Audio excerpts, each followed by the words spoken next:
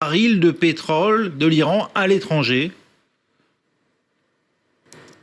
C'est la politique américaine aujourd'hui, comme on sait, de l'administration Trump, de réimposer des sanctions sur l'Iran et d'essayer de faire fléchir le régime. Alors l'avenir dira si oui ou non cette politique aura été efficace pour stopper non seulement le programme nucléaire iranien, mais également le soutien des Iraniens pour leurs différentes milices à travers le Proche-Orient, également leur programme de missiles. Maintenant, la vraie question qui se pose effectivement, c'est en quoi ces sanctions vont être suivies par les deux pays les plus problématiques du point de vue des États-Unis. D'abord la Chine, évidemment, qui, elle, ne va pas se plier à ces sanctions, mais également la Turquie. La Turquie qui est un vrai problème pour les États-Unis. Vous l'avez rappelé, cela a été rappelé, membre de l'OTAN.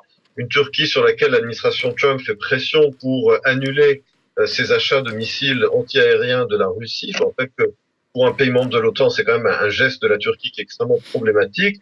La Turquie dit vouloir défier les États-Unis. Et encore une fois, l'efficacité de ces sanctions du point de vue des États-Unis dépendront essentiellement de la Chine. Je pense que dans le cas de l'Inde, l'Inde est en pleine période électorale. Je pense que si le parti de Modi est réélu, l'Inde maintiendra sa politique étrangère pro-américaine. Mais encore une fois, le véritable problème, le point faible de cette politique, ça reste évidemment la Chine. Emmanuel Lavonne, ça c'est pour la mise en application de cette politique, mais si elle venait à prendre effet, est-ce qu'elle ne risque pas de coaliser la population autour de la frange la plus dure du régime, celle qui accuse les États-Unis, l'Occident et Israël de tous les maux?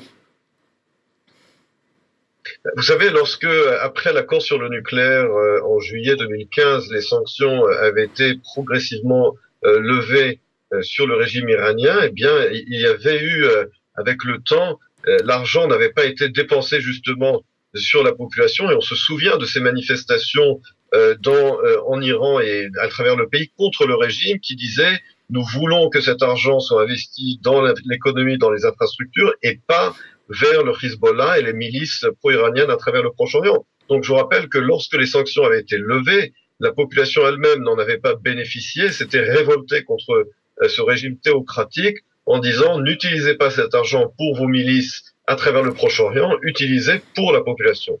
Azadekian, c'est vrai ce que dit